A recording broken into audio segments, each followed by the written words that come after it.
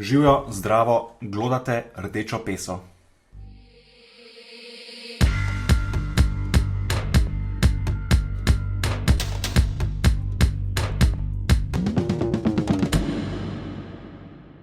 V čisto prvi oddaji Rdeče pese bomo govorili o KUL. KUL, ne, to ni kampanja mobilnega ponudnika naročnin, to je nov antijanšistični projekt. Kakšna je razlika? Da te kampanje mobilnih operaterjev so imele dejansko množično podporo. In z mano sta danes Rok Hogej in Miha Blažič. Rok je stari DPU-jevec in IDS-ovec, komentator parlamentarne in izvan parlamentarne politike. Zdravo, Rok. Zdravo. In pa Miha Blažič, poznate ga tudi kot Antoka, družbeno-politični delavec in kolumnist, stalno kolumno v tedniku Mladina. Zdravo, Miha. Zdravo. Ok, jaz bi kar začel z našo temo. KUL, koalicija ustavnega loka. Vam bom kar vrgel to vprašanje, kaj sploh je to, kaj hoče ta koalicija. Je to nek smiselen zaključek teh 25 tedenskih zaporednih petkovih kolesarjenj? Kaj je njihova vizija, kaj je ta alternativa, ki jo ponujajo? Prosim, Rok. Ok. Ta projekt, ta koalicija KUL, če vztrajamo, da jo tako poimenujemo, bo pač svoj smisel, oziroma teh 25 tednov pač zaključila, vkolikor bo uspešna. Uspešna pa bo, vkolikor bo zrušila oziroma zamenjala vlado Janeza Janše. Tako da v tem pogledu, če recimo se res vprašamo, kaj točno je njen cilj oziroma so njeni cilji, potem je to absolutno njen primarni cilj, torej zrušanje oziroma nadomestitev vlade Janeza Janše. In mislim, da moramo že na tej točki, na samem začetku naše razprave, pač reči nekaj oziroma gotoviti, da logika manjšega zla tukaj v tem pogledu, pri tem cilju pač te koalicije, vendarle zdrži. Janeza Janše je treba zamenjati, tudi vkolikor smo recimo socialisti, in mislim, da vsi trije tukaj se lahko opišemo za tem označevalcem, in kljub temu, da mogoče smo kritični do liberalizma in vidimo neko notranjo povezavo med liberalizmom in fašizmom, če sledimo Tomažu Mastnaku, pa ne, da bi hotel reči, da Janez Janša je fašist. To mislim, da je pač neka druga, globlja razprava, ampak vendarle predstavlja neke najbolj regresivne trende in tako v tej državi kot širše. Tako da v tem smislu, da če govorimo o vzročno-posledičnem razmerju med liberalizmom in, rečemo temu, pač delovno fašizmom oziroma temi regresivnimi tendencami, potem saj sam imam raje opravka z vzrokom kot z posledicami. Tako da, kar se tega tiče, to je recimo primarni cilj. Ampak sekundarni cilj, v katerega je ves ta projekt nekako tudi zapakiran, po moje že čisto iz nujnosti, ker vendarle smo dosti takšnih poskusov doslej že videli. Antijanšizem se je do določene mere pač že izpel.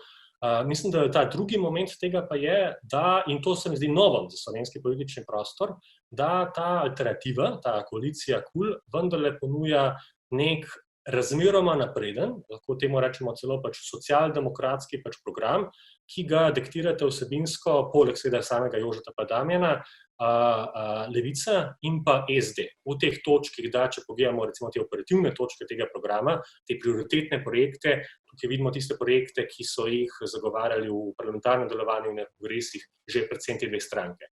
Torej, ukinitev dopolnilnega zdravstvenega zavarovanja, na katerem se je nenazadnje tudi zlomila prejšnja vlada, potem recimo zakon o dolgotrajni oskrbi, tudi recimo podnebni zakon, oziroma zakon o podnebni politiki in tako naprej. Kar se tega tiče. Je pa seveda vprašanje, ali bo potem ta koalicija, koliko je to v resnici pač resen dokument, te razni pač koalicijski programi oziroma dokumenti, koliko je ta koalicija, ki je vendarle sestavljena iz zelo raznolikih ideoloških, političnih, interesnih, programskih, nenazadnje tudi osebnostnih, recimo pač vidikov, koliko je dejansko resna pri izpolnjevanju pač, da bo, če vkolikor pride v to pozicijo takšnih programskih točk. Še enkrat, Rok je to kar v redu povedal. dejansko gre za potezo nekega političnega pragmatizma, ki verjetno pač se strinjamo, da je nujna v dani situaciji. In ravno zaradi tega se mi zdi, da dejansko te vsebine, o katerih se toliko pogovarjamo zdaj, kaj je v tem programu KUL, koliko je tukaj noter recimo levice, koliko je tukaj noter socialdemokracije, v tej situaciji to niti ni pomembno, ne, ker dejansko to, kaj je v tej koalicijski pogodbi, že v normalnih razmerah je to, kar je v koalicijskih pogodbah, zelo malo realpolitičnega pomena v kasnejših procesih. Tokrat pa dejansko gre za program, ki je popolnoma abstrakten. Ok, ampak to me zanima, mogoče, če imate kakšne analizo primerjalno teh protestov, njihove sestave, družbene, kakršnekoli, mogoče v primerjavi s prejšnjimi. Zdi se kot v bistvu nek predigra, predskupina, torej ta predpripravljen PR novi KUL koaliciji, ki pa je tudi konec koncev manj kot osrednji dokument nek PR koalicijsko pogodbo. Ja, bi rekel, do neke mere gre za podobne procese, ne? Vseeno ne bi take velike razlike delov, tako pri vstajah 2012-2013 kot pri kolesarskih protestih 2020. Vidimo en podoben gibanski proces in sicer definitivno so iniciatorji ali pa vsaj en dost velik del pač tega gibanja organizacije, ki imajo, ko bi rekel, neko protisistemsko držo ali pa protikapitalistično držo, ki v bistvu so morda pripravljene tudi iti nekoliko dlje pri sami mobilizaciji, kar se pa zgodi, da seveda v bistvu ponudijo platformo mnogo širšim, mnogo bolje organiziranim, mnogo bolje financiranim strukturam, ki so absolutno prosistemske. Ključno pa je, da kot neka politična entiteta, pač je kolesarsko gibanje prišlo do svojega logičnega zaključka, ne? In kakršenkoli politični leverage onkraj tega ne obstaja. Če si gradil gibanje bolj ali manj na tem, da mi bomo glasovali za kogarkoli, pač ki ni Janez Janša, potem kaj pa v tej točki v bistvu pač še imaš v bistvu, s čemer lahko držiš opozicijske stranke ob zid, ne? Edino, kar imaš, je, da rečeš, da ne bomo glasovali za vas. To je edina moč, ki je v bistvu pač recimo neko gibanje, ki deluje izven parlamentarno do političnih strank, da jim lahko jemlje glasove. No, ampak to je pa vendarle neka razlika med vseslovenskimi ljudskimi vstajami, iz letih 2012-2013, pa tem, kar zdaj vidimo, te kolesarski protesti. Namreč, da je ta, kakor si izpostavil Miha, da pač smotor teh protestov je pač nek anti-janšizem, je pač zrušitev vlade Janeza Janše, ki se lahko dovrši tako ali pa drugač, najboljš pa pač prej, kakor kasneje.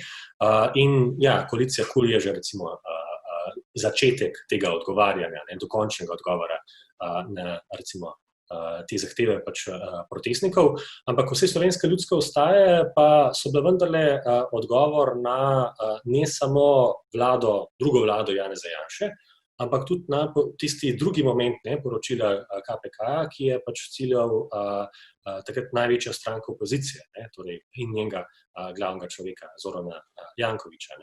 Tako da takrat tisti moment, mislim, geslo vendarle ni bil, pač zrušimo to trenutno pač vlado, ne samo to, ampak so bili protesti proti elitam. In v tem smislu so napovedovali, čeprav zelo neartikulirano, zelo vulgarno, tudi so napovedovali možnost neke drugačne politike. Možnost, ki se seveda, kot poznamo iz nadaljevanja, pač izpela, se vendarle potem so te protesti se dovršili v stranki Mira Cerarja, ki mislim, da je zelo dobro utelešal vse te zahteve jedra takratnih protestnikov, pa vendar je tam nastal tudi pač prostor, ki smo ga potem izkoristili v DPU-ju, iz česar je potem nastal IDS in iz IDS-a skupaj z ostalimi koalicijskimi partnerji koalicija Združene levice, ki je tudi potem prodrla v parlament. Zdaj, tudi to lahko za nazaj pač ne vrednotno malo drugače, ampak hočem samo reči, da tisti zgodovinski trenutek je bil potencial za nek novum, medtem ko pač ta trenutek edino, kar bo verjetno obrodil, je to, da se z nekimi drugačnimi programskimi PR parametri sestavi pač ista vlada, kot smo jo pred parimi meseci že imeli. Kar sem hotel vprašati je, če bi lahko, če bi lahko poleg analize situacije lahko tudi kaj rekel, o nezadostnosti te forme protestiranja ali pa o, še malo bolj natančno govorili o nezadostnosti tega odrekanja kakršnemu koli leverageu v stranki, ko rečemo, glasovali bomo za kogarkoli, ki ni Janša. A to izhaja mogoče iz družbene strukture protestirajočih, ker lahko bi rekli, da so nekako oddaljeni od teh, recimo temu, delavskih množic, ki so konec koncev tudi izključene iz protikoronskih paketov, ki so usmerjeni v te samozaposlene. In tudi večkrat pri protestih, vsaj meni se je tako zdelo, da so v bistvu orientirani k nekemu temu človeku samozaposlenem v kulturi oziroma nek srednji razred, ali kakorkoli bi rekel. Nekdo, ki je presenetljivo dobil kakšen bombonček tudi od Janše, ki ga ne bi pričakovali od desne stranke iz principa in ne bi ga pričakovali od leve sredinske stranke iz izkušnje. Ja, definitivno je te poteze v bistvu vlade, tako kot pač sestavo protestnikov treba razumeti v kontekstu, v katerem se ti protesti dogajajo. Definitivno so drugačni, smo v drugačni situaciji, kot smo bili leta 2012-2013. Spomnimo, takrat je bilo zelo veliko govora o dolžniški krizi. Takrat je bilo zelo veliko govora o tem, da bo prišla trojka, o hudih varčevalnih ukrepih in tako naprej, ki so rezali čez celotno družbo. In je bilo možno, pustimo to, do kolikšne mere je uspelo, ampak je bilo možno v bistvu neko univerzalno, dokaj široko zajemajočo razredno kritiko v bistvu umestiti v to situacijo, na katero pač je neka širša množica reagirala. Zdaj, fast forward na današnjo situacijo, v bistvu ti protesti se dogajajo v obdobju epidemije, ko je neka situacija, pač, ki dejansko v naših življenjih nima precedensa, se pravi, smo vsi zelo dezorientirani in hkrati v bistvu vidimo dejansko neke pač kejnezijanske poteze, ki prihajajo pač tako iz strani lokalnih vlad kot Evropske unije same. Zdaj pustimo to pač, kaj ekonomsko dejansko to pomenijo in kakšno varčevanje nas na drugi strani tega še čaka. Ampak ja, za večino nas je to, da vlada direkt nakaže pač v bistvu sredstva enemu segmentu prebivalstva za to, da so doma, nekaj novega. In kar se je zgodilo je, da je, jaz bom tako rekel, sem bil precej naiven na začetku vsega tega, v smislu, kakšen potencial ima za razredno organiziranje ta epidemija, v smislu, da dejansko pač je zelo obelodanila nekatere razmere v družbi, se pravi, pač, kdo je lahko doma, kdo mora delati, v smislu, kateri delavci so dejansko esencialni v družbi, kdo vse skupaj drži pokonci, kakšen je pomen javnega sektorja. Skratka, vsi tisti segmenti družbe, ki so bili nekako očrnjeni v vsej tej dobi varčevanja, ki je zaznamovala zadnje desetletje in več, so nekako zdaj bili malo da ne junaško predstavljeni v vsej tej zgodbi. Dejansko javni sektor je popularen, ljudje si želijo več investicij, želijo si, da država zavzame aktivno vlogo pri zagotavljanju nekih življenjskih in socialnih standardov in tako dalje. Skratka, bilo je videti, da bo možno v bistvu na podlagi tega neko širšo v bistvu na razredu temelječo koalicijo zgraditi. Dejansko pa jaz bi rekel, da če kaj je ta kriza pokazala, in razplet vsega tega, kot ga vidimo zdaj v koaliciji KUL, ni možno preprosto računati na to, da nek zunanji faktor bo to koalicijo zgradil namesto pač enega gibanja, organizacije, ki to pač sistematično počne. Skratka, pač ni bilo možno prestopiti tega koraka, da bi se te organske vezi med različnimi segmenti pač delavstva zgradile. Ne. In zato smo v bistvu namesto naslavljanja nekih zelo univerzalnih potreb, z izjemo mogoče v zdravstvu, pač smo videli v bistvu nastope posameznih segmentov družbe, ki so nekako delovale, bi rekel, dokaj cehovsko. Ne? Se pravi, kulturni sektor je prišel pač s svojimi zahtevami, nevladni sektor je prišel s svojimi zahtevami, okoljsko gibanje je tudi nekako pač bilo videno kot nekaj, kar je zunaj vsega tega. Skratka, v bistvu pač te enotne linije, da v bistvu pač smo vsi odvisni od naših mest, zato da preživimo do naslednjega meseca in da ne vemo, od kje bojo te mezde prišle. Pač ta vez se ni vzpostavila in ni se mogla vzpostaviti, zato ker ni bilo dejanskih organskih povezav med pač različnimi segmenti pač populacije, in tukaj v veliki meri se vidi, da je izostalo sindikalno gibanje oziroma da to gibanje ni v neki formi, ko bi lahko takšno aktivno vlogo prevzemalo. Ne.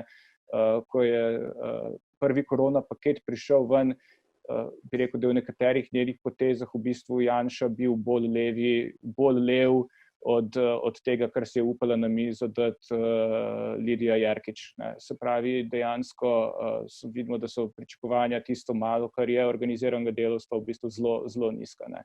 Tako da dejansko na koncu, kar smo dobili, je pač, kako bi rekel, pač nek preplet enih v bistvu parcialnih zahtev iz različnih področji, katere tudi zelo, zelo pozitivne, ampak nič ni takega, kar bi lahko recimo bilo politično potentno v smislu zgrajevanja ene dokaj široke delavske koalicije, ki bi potem imela pač moč, ki bi imela ta leverage, o katerem govorimo, da bi narekovala državne politike.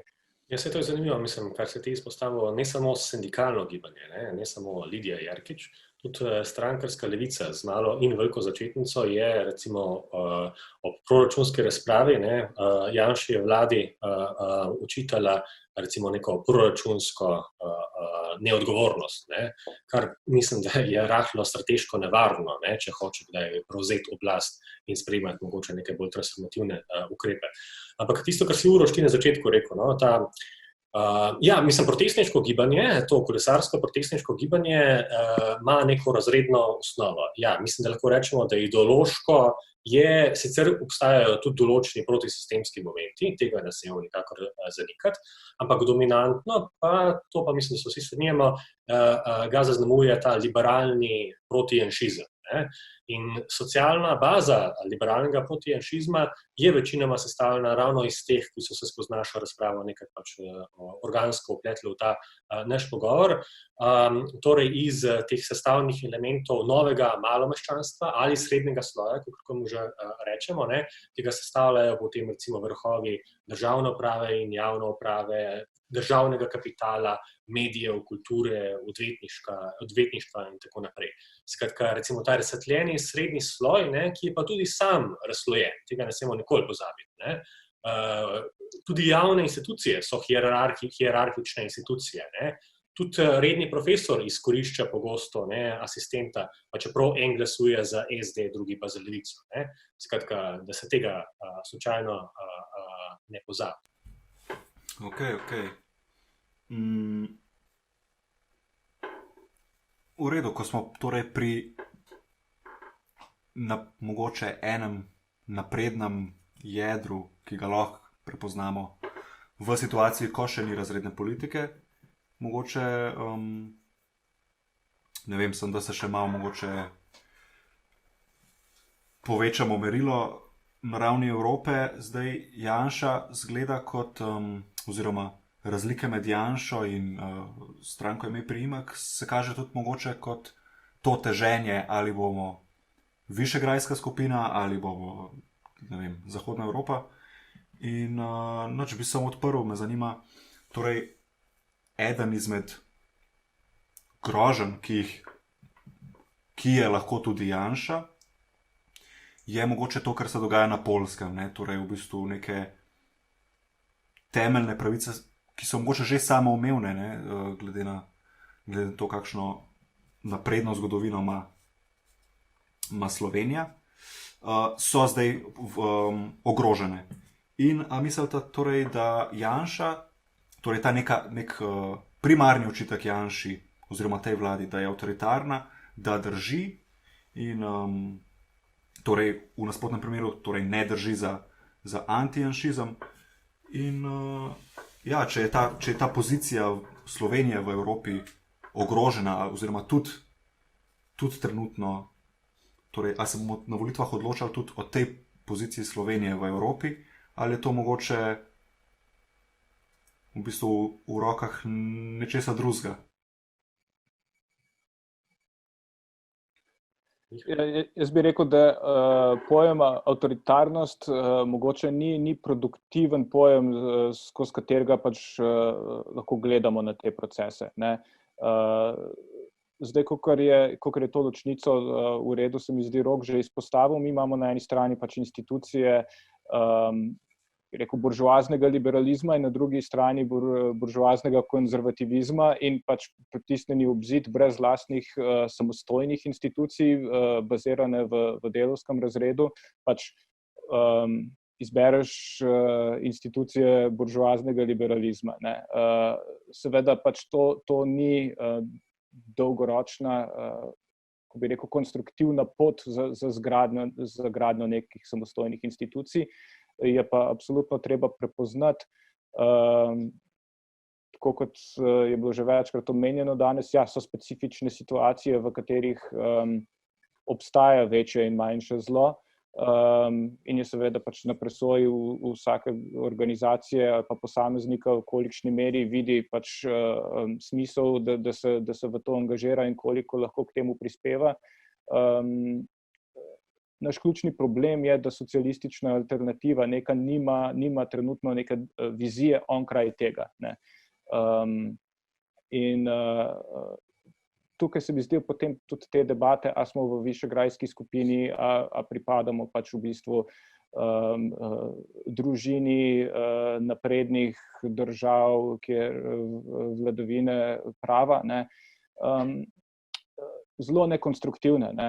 Mislim, dejansko, kar se je v tem procesu zgodilo, je, da smo izgubili kakršnokoli razpravo o strukturi, o nedemokratični strukturi Evropske unije, da smo izgubili kakršnokoli razpravo o vlogi imperialnih držav, da dejansko niti ne znamo Slovenije umestiti ne kulturno, ampak ekonomsko kakšno funkcijo opravlja kot periferna država znotraj Evropske unije, ki v bistvu na eni strani zagotavlja poceni proizvodnjo pol izdelkov in neke izobražene delovne sile in po drugi strani igra varuha šengenske meje, ne. Vse te zadeve, ki so, bi rekel, nekako najbolj regresivni elementi slovenske družbe. V tej debati, ko govorimo, ali smo v Višegradu ali smo na Zahodu, izpadajo, ne. Tako da dejansko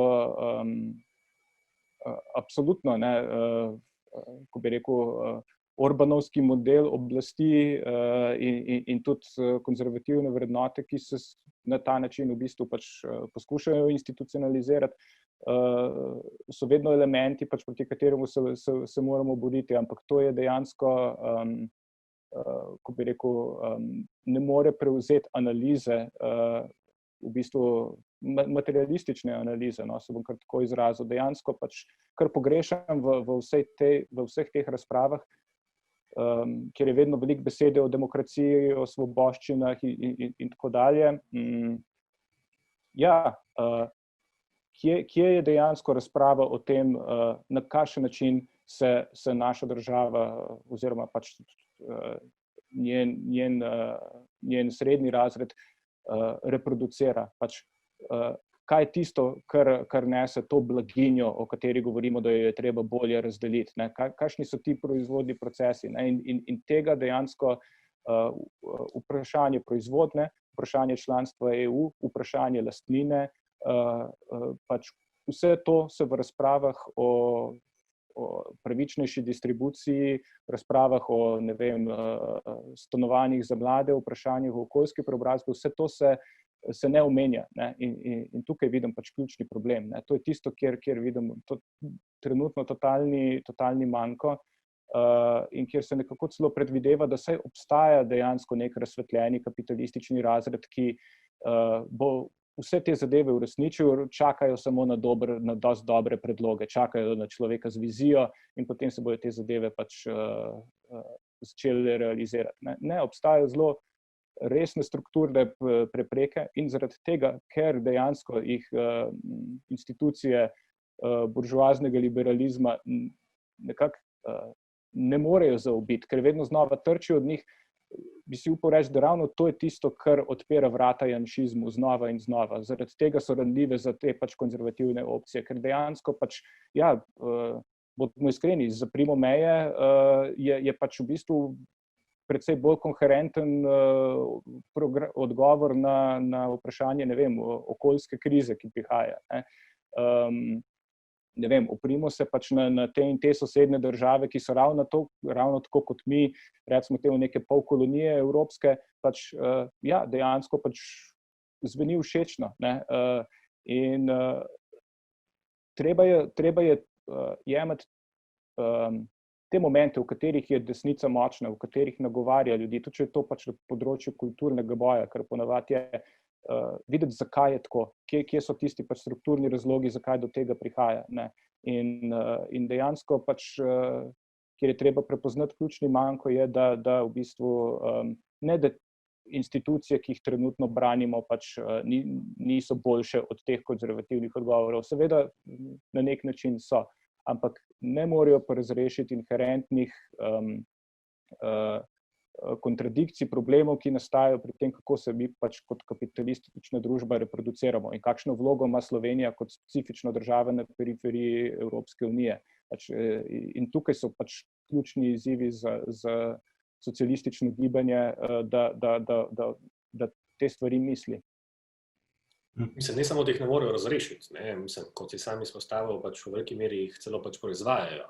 In ja, absolutno ta analiza se mi zdi pač zelo dobra, ne? Predvsem v tem smislu, da ja, ne, to je ključna ugotovitev, da ta razprava med Bruslom ali Budimpešto, ne, je v veliki meri pač preslikava te razprave, ki imamo na nacionalni ravni, potem ne, ali Damjan, ali Fajon, ali Mesec, ali Šarec, kdorkoli že, ali na drugi strani Janša.